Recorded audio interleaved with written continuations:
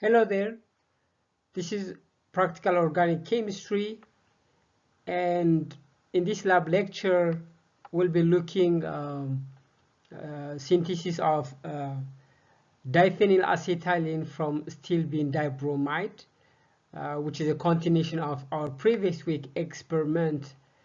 As you remember, in the previous week we synthesized stilbene dibromide from stilbene.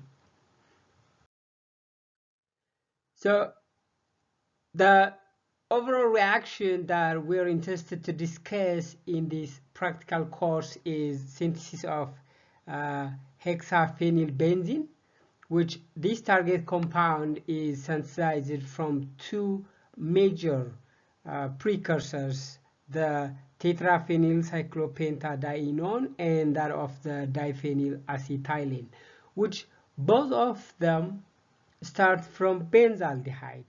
And to have this target compound, we need to have 7 steps in the process, which 3 of the steps lead to diphenylacetylene and the other 3 leads to tetraphenylcyclopentadienone.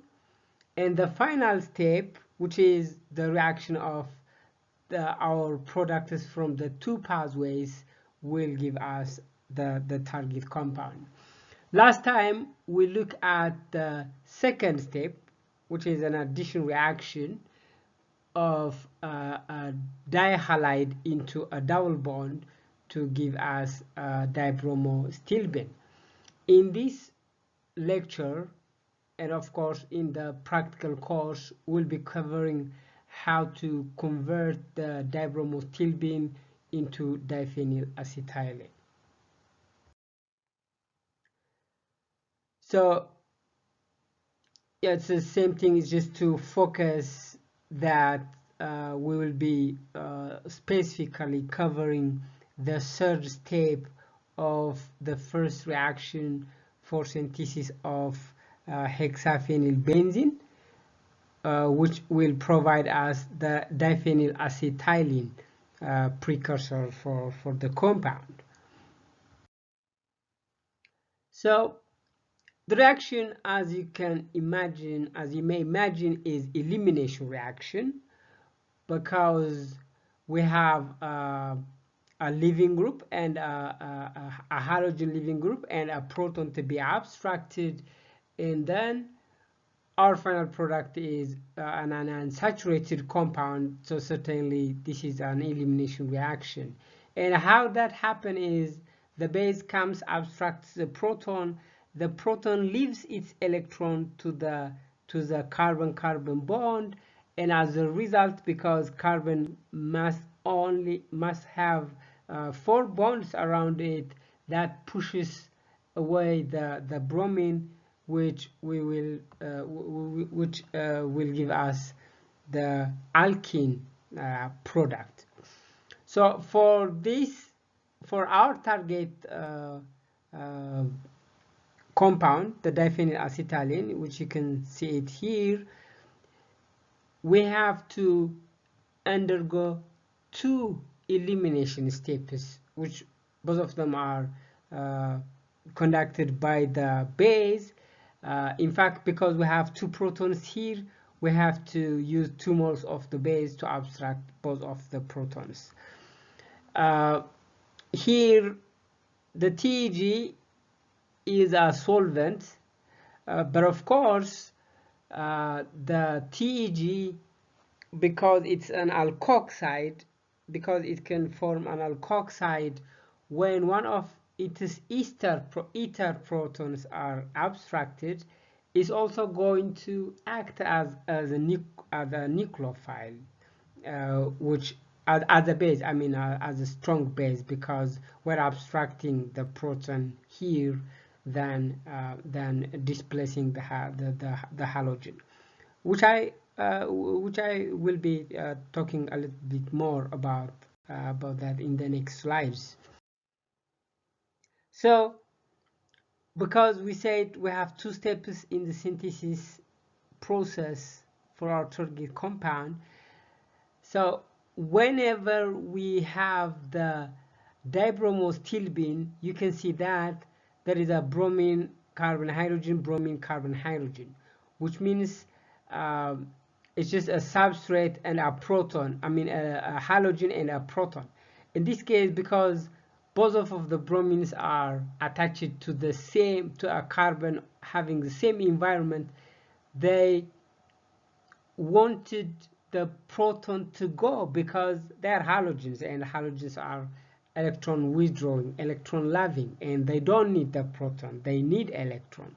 And as a result, the hydrogens, both of either of the hydrogens that exist in dibromostilbene are acidic, and their dispersion is favorable by further resonance after the anion is formed. As you can see, once the right proton leaves, then that anion can add up to the bond between the carbon and the phenyl, and then that pushes the phenyl 3 pi bonds, resulting in more resonance contributors to the structure.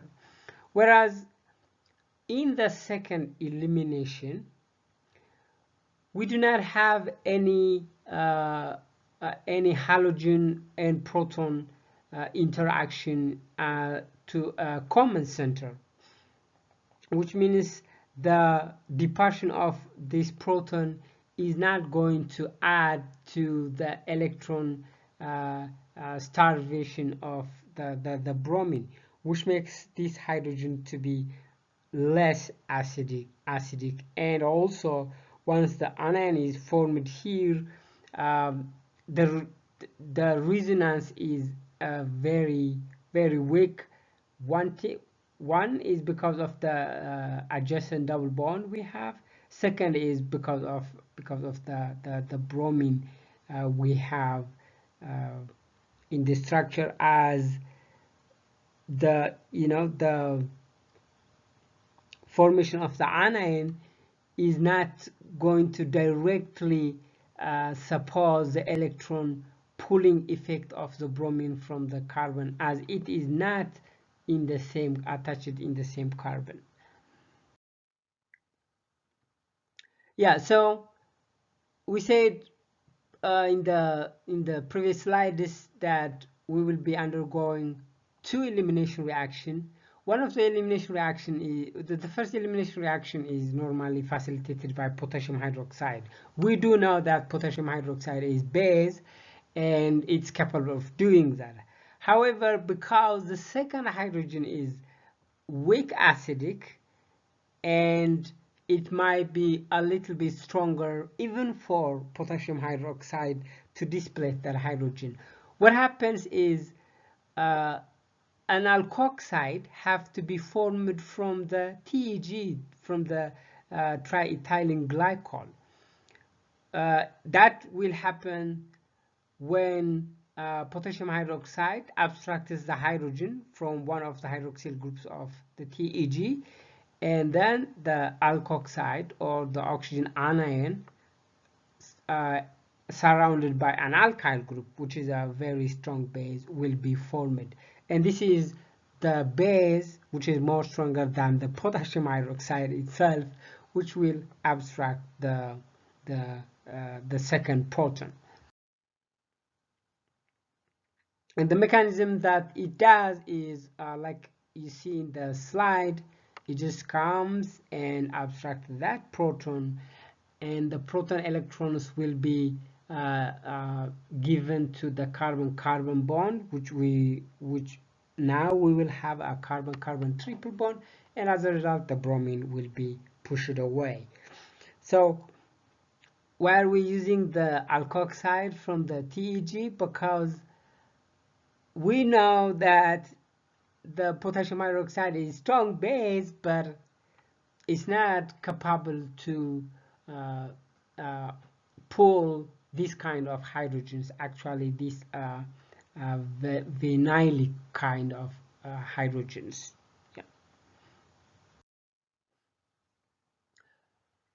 Practically, we're going to do this experiment in a very in a very short way. It doesn't take a lot of processes. It's just mixing the ingredients. However, I'm not saying it's just easy experiment, and you'll see why it is not easy experiment. So to start the experiment, we will need 2 grams of stilbene dibromide, 1 grams of potassium hydroxide, and 8 ml of triethylene glycol, all of them mixed in a dry, clean round bottom flask. Better to use a bigger round bottom flask, about 500 or more, because the chemicals we use are dangerous, and we need to have a bigger container that can absorb these chemicals and the the vapors or whatever stuff that comes out of them while doing the reaction. Potassium hydroxide is moisture sensitive. For that, it might not be a bad idea to take a little bit more grams than the 1 gram allowed for this experiment. Why is that? Because when you measure the potassium hydroxide, if you got like 1.3 or 1.4, you need to expect that because it's moisture sensitive, the water that comes from the environment is also being weighed. So sorry. So that's why we need to be cautious to just at least not take less than 1 gram of this base. The heating process happens short. That's why I said short. We need only to heat this to 5 minutes, but also in between 116 to 170 degrees Celsius, and then we cool the mixture to room temperature. Then after, once we make sure it's cold to room temperature, we can add water. The purpose of the water is to just dissolve the potassium bromide, because when we react potassium hydroxide with the dibromostilbene, when the OH gets the proton, the potassium is going to take the living bromines and stabilize them. That's why we will find potassium bromide in the solution. So the next step will be to collect the product using a cold filtration, and for this we don't need even to recrystallize it because we will be determining its melting point anyway, and that will give us if we have recovered or if you have a pure product of our diphenylacetylene. So at the end we need to measure the product, its weight, and which will help us to also predict the yield.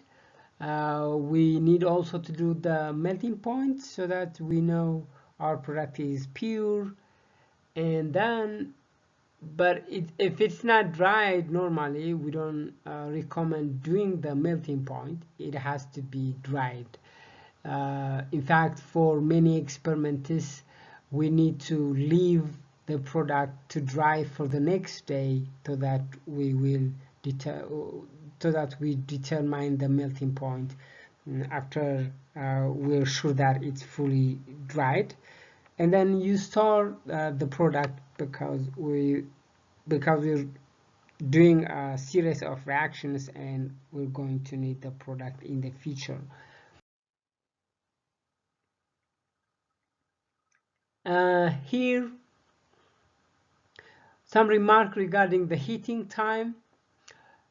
Of course, we said it is 5 minutes and in between 160 to 170 degrees Celsius. But it's also because specifically the second elimination product occurs very slowly. We can heat it a little bit more, 5 minutes or 10 minutes more than recommended. However, we do not need to increase the temperature more than 180 degrees Celsius. Otherwise, it can decompose the product because it can decompose the product because the heat decomposes the product, but also it can paralyze the TEG, which means if the TEG is inflamed, then the second elimination is not possible, right? So to be happy with this remark, you can also check the boiling point of the TEG, and you may appreciate why we're saying that it's not recommended to heat your reaction more than 185 degrees Celsius. Yeah, the temperature have to be controlled, and here why we are very concerned about this is because it can decompose our product, right? And in doing the lab, normally if it is heating and if you are using like a stable hot plate or heating mantle, it will be difficult for you to control the experiment. What we suggest is you clamp your round bottom flask by the neck to the iron stand, and then you will be able to lift up and down based on your temperature reading of the reaction. Sometimes also we use a lifter. I don't know, I do not have a picture. I'm sorry, I should have come with a picture of the lifter to be clear, but we have a lifter, iron lifters, which you can put the heating mantle or any of the heating source you're using on the top of the lifter. What you can do is, if your temperature is exceeding, you can just rotate the adjuster of the lifter anti-clockwise, then it will get down, which means you're eliminating the heat. Either way, you can move the flask by the clamp, or you can just move down the heating mantle itself if you are using a lifter to do that. Yeah. And so when we're adding water after the solution cools, just started to minimize the vigorous evaporation of the water, the vigorous evaporation of the TEG in this case, because we didn't add water in the first case, but we have the TEG is liquid and it will vaporize when we cool it from 160 to 170. If we just allow it to cool under normal circumstances, we may have vapors which are dangerous to our health and to the lab. Well, safety issues as usual. Potassium hydroxide is very strong base, and no question it is corrosive, and you must avoid any contact with this base. Plus also it is water sensitive, it's moisture sensitive, as we have said, and for that we have to weigh it very quickly. Otherwise what we are thinking is 1 gram is not 1 gram, because it's absorbing moisture too, and it may disturb our product in the end. And also, if we have any drops of this base by accident, we need to clean it immediately before it produces hazardous spots on our tables, uh, which is also not good for us, because it will be easy to um, to touch it if we leave it there in the table. Again, reaction of potassium hydroxide with TEG will form an alkoxide base form of the TEG, which makes the solution very strong basic. And because most strong bases, all strong bases are corrosive, we don't need to have any of these bases spilled in our skin. Not only that,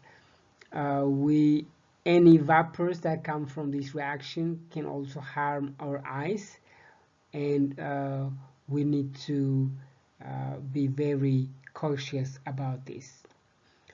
So in general, we have to avoid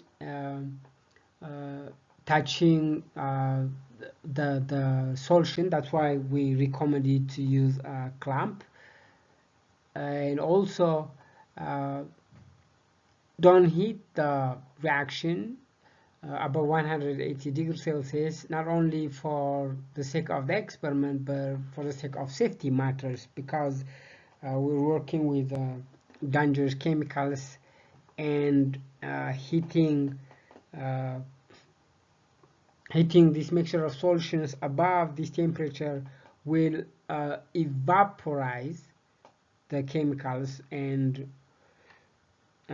you guess it, who will get them if they evaporize while we are here, while we are there in the lab?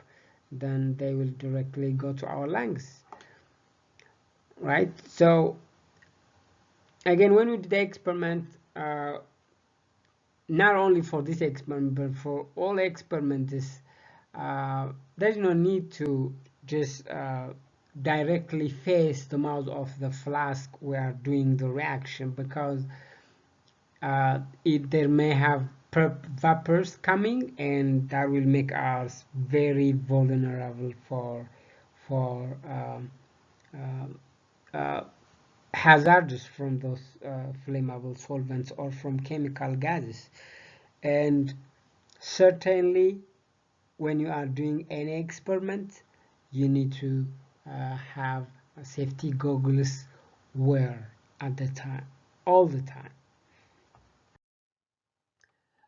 One correction here: in the textbook, 2 grams of stilbene is interpreted as 0.0006 moles.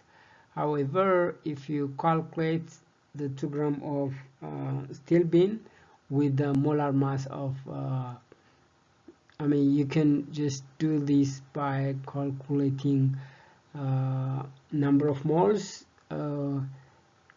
equals to given mass over molar mass, and you can get the correct mole numbers for the solution.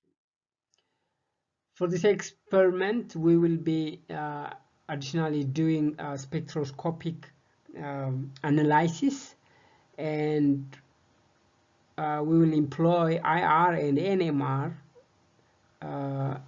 like the previous experiment. And I'm pretty sure that you remember the IR is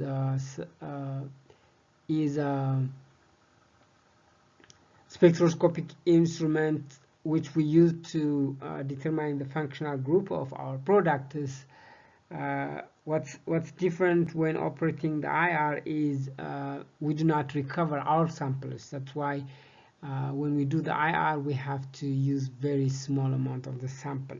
For an MR, it's all right. You can use as much as you want, because you'll be able to recover your sample by just evaporating the solvent. That's all for this experiment. Thank you very much. If you have question or comments, you're free to write me an email or put a comment in the YouTube video. And thank you.